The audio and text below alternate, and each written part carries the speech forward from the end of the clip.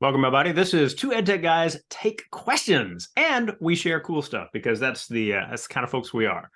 So, as is my wont, I remind myself to do that captions thing that Google Slides is happy to do for us, and we thank you for taking in our little show. And hopefully you'll find something in the answers that we give that will be useful to your work and the work of your colleagues, and perhaps even inspire some students along the way as well. So I am Rushton. I work with Next Vista for Learning. It's a little nonprofit attempt to save the world from ignorance, one creative video at a time. Library videos by and for students and teachers around the world. And this is Richard Byrne. I'm Richard, and I've run freetechforteachers.com since 2007, reviewing all kinds of cool, interesting, and fun EdTech tools that you can use in your classroom. Yeah. So the things that we do in this little show, essentially two things. We answer a question or two, and we share some things that we think are cool. And so with that, we'll remind you that our first episode was pretty heavily focused on ChatGPT, which is crazy interesting and much more so than most folks understand when they freak out about the cheating possibilities. But feel free to go back and to see that one if it's of interest to you. So let's start with a share this time around. Richard, jump in on this one.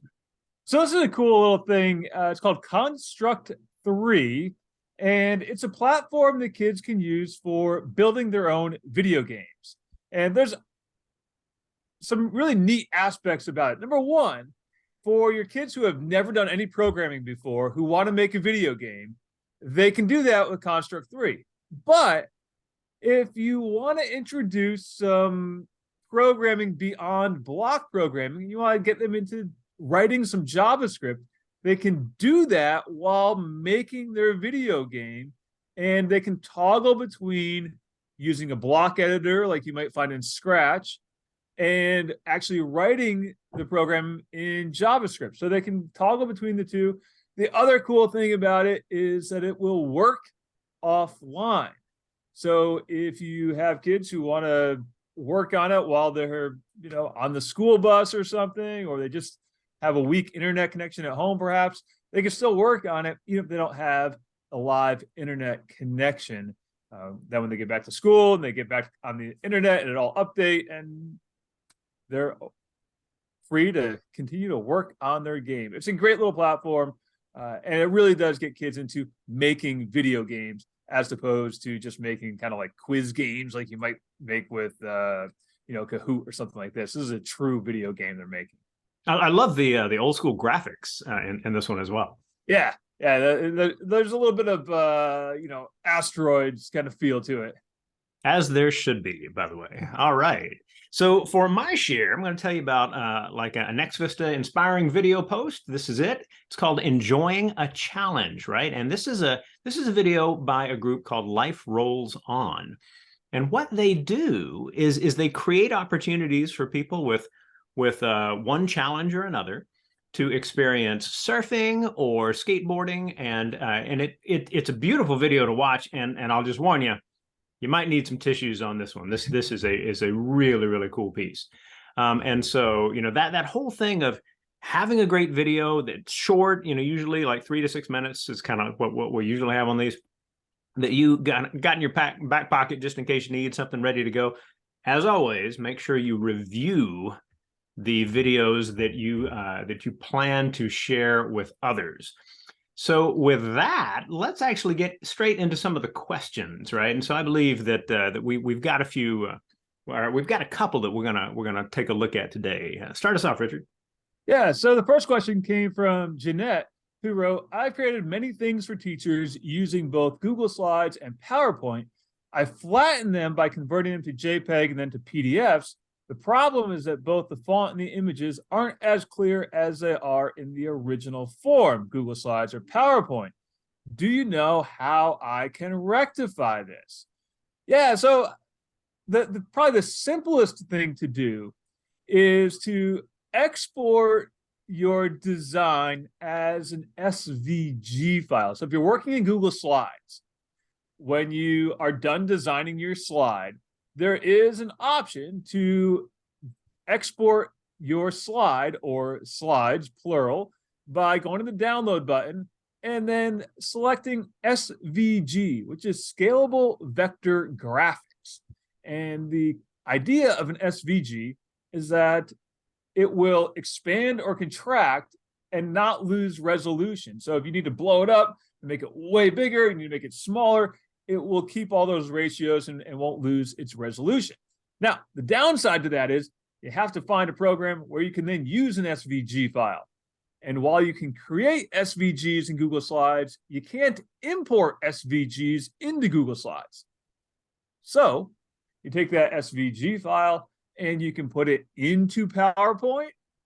You can put it into Canva. You can put it into a lot of other editing programs where you can then export it as a higher resolution, higher quality PDF. So it's a bit of a two-step process, but that's probably your simplest solution. And I actually made a video for Jeanette about this, and you can find that on my YouTube channel. We'll walk you through every step of that process. It really only takes a minute. So Richard, if they're searching for that video on your YouTube channel, what would be the good SVG. search term? SVG. That makes sense. Just search for SVG.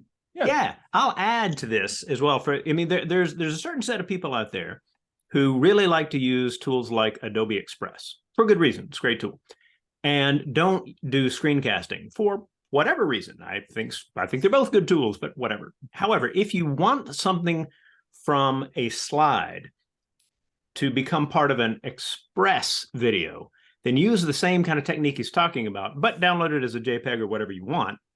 And then you can upload that as an image into Express to fill out something that you're doing as a part of a video that way.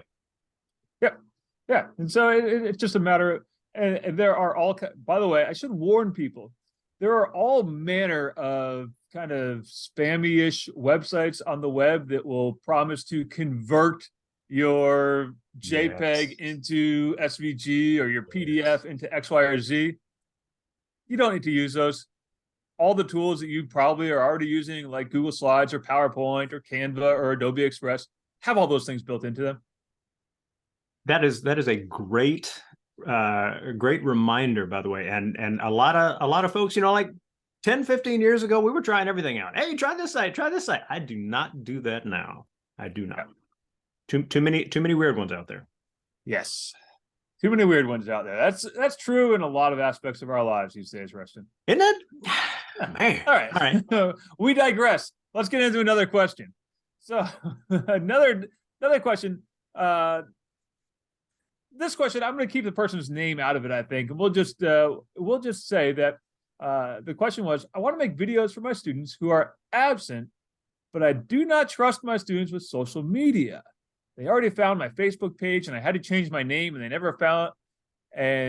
they found my never used TikTok account and started following me. I blocked them and changed all those settings too.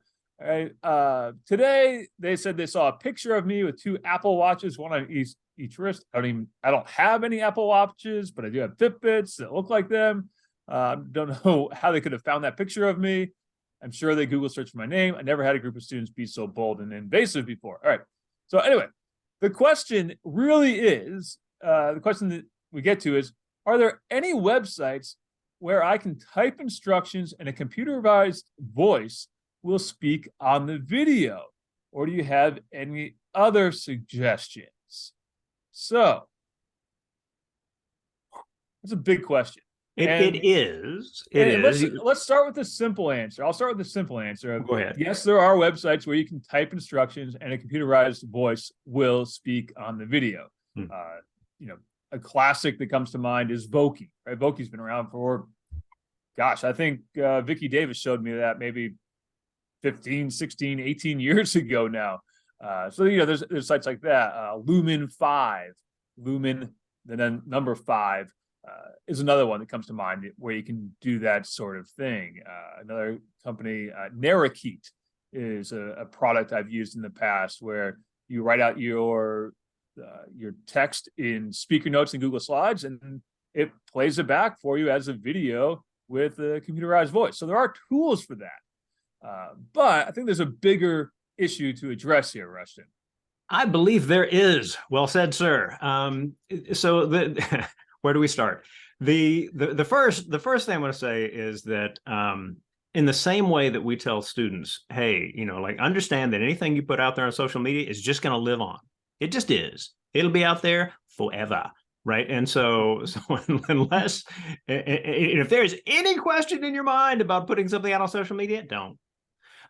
So this goes for teachers as well. If you party in a big way on the weekends, man, I tell you what, and it's not only your accounts, right? It's your friends as well. If they post something like, "Hey, I'm with party teacher one," right? That is not going to go well. So I would say just understand that you're kind of stuck on that front. Now, the more complex answer is that students will get better and better and better at finding whatever you've had online. They are curious about you as a teacher for a number of reasons. If they like you, they're curious about what else is going on in your life. If they don't like you, they may be up to no good. Let's just call it that. So one thing to consider, whichever group you might be in, one thing to consider is that you want to have stuff out there that does nothing but encourage your students. So whatever you create and put out there, no matter what tool you use to do it, make it something that emphasizes a message that you believe in your own students' potential, right? And you can be honest on fronts like, I may not always, kind of seem so in class, but I believe in you, right? Have those messages out there so that if they start searching for you, that's what they find. And that's, I mean, obviously you do need to feel that way before you put a message out there like that. But it's part and parcel to the way things are now. You can find info about yourself, just all over the place, whether it's Google or Chat GPT for that matter. You ask it about you and it might give you info about you, depending on how unusual your name might be. So so the thing about, and then finally the longest answer, which I'm not going to make long, but just think about it, is when you say I don't trust my students, you really want to stop and say, well, why? Right? And is that all them? Is it because you are frustrated with them constantly and you express that frustration, even if the frustration is for legitimate reasons? Is that frustration the way they see you? Because that makes it all the more likely that they will think in terms of acting in a way that won't go well. Richard, what would you add to this? I would just add that, when it comes to social media, the landscape has changed changes dramatically all the time. But I would say even in the last few years, it's changed dramatically because of the rise of things like AI and, what some of those AI powered tools can do, like deep fake videos and that sort of thing. And I would say, if you're going to be on social media, and, we can debate whether or not you should be for hours, but if you're going to be on social media, I'd say, just keep in mind that you want to only share things that you would be comfortable talking about in your classroom. Well said. Right? So, back to your point, Rushton, of, if you're party teacher one, right, do you really, and you teach, 10th grade language arts, do you really want to spend 45 minutes of your class talking about party teacher one's TikTok videos? And I'll take it a further extreme. My own Strava use, right? Like I use Strava to track my runs and rides and all my exercise activities. And I've had students find me there, right? Which is just nothing. It's hardly social media. It's just, okay, where did Mr. Byrne go for a bike ride? Where did Mr. Byrne go for a trail run? And even, kids are curious and they'll want to know, okay, well, where does he go? And keep in mind, like I've had kids go like, hey, Mr. Byrne, I saw that you rode over Mount Micah Road the other day. Like, yeah. That's it. Like, oh, okay. All right. No, right. And so that's my 2-minute conversation with my kids. and it's not a conversation about, hey, Mr. Byrne, I saw you rode over Mount Micah Road and threw beer bottles out the window, right? There's none of that. Which I hope you don't do, by the way. I don't do that. Never have. Good. Anyway, and now YouTube is going to flag us for mentioning alcohol. Shoot. So anyway. we'll upload this as not meant for. Point being, only put social media stuff out there that you'd be okay talking about in your classroom for a short amount of time. Nothing that's going to make you have a conversation with your class and your class's parents. Right? Well said, sir. So let's wind things down for today. We've got this kind of newer, more focused format. More focus is a relative term, given the enjoyment that Richard and I find just talking about whatever we want to talk about. But you can sign up for a couple of newsletters. Mine, nextvista.org/newsletter, comes out once a month, and it's got all kinds of things about projects happening on our site. We can highlight videos that you and your students make. That perhaps you don't want to share on social media because they're just kind of too educational. I don't know. But feel free to give that a look. And if you pay close attention, there's always kind of an opportunity to win a $5 Starbucks card, because why not? Why not? How about this? This is writing. I wrote books. If you're curious about this, contact me, nextvista.org/contact. Happy to talk to you about that. And then there's this cool thing.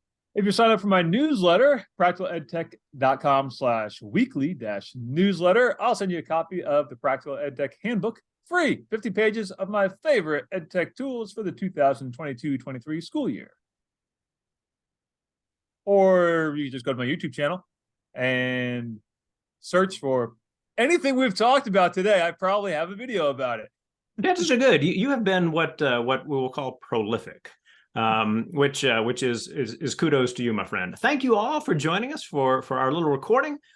Feel free to share it with others. This is the kind of thing where we hope that our ideas are not merely entertainment for ourselves, but the kind of thing that might be interesting to you and colleagues and can make your teaching a little bit better, make you kind of more personally and professionally satisfied with the work you do. If you have any questions, one way to get them to us is through nextvista.org/contact. You are welcome to send feedback, questions, or perhaps just a way of thinking about the world that we would find intriguing, and you're welcome to do that as well. We do this every so often, which I think is a really good way to describe the work we do, as opposed to like every X weeks or something like that. We'll figure it out. But thanks again. We hope that you have a fantastic week and that you find something that will inspire you and that you can use to inspire your students. Take care.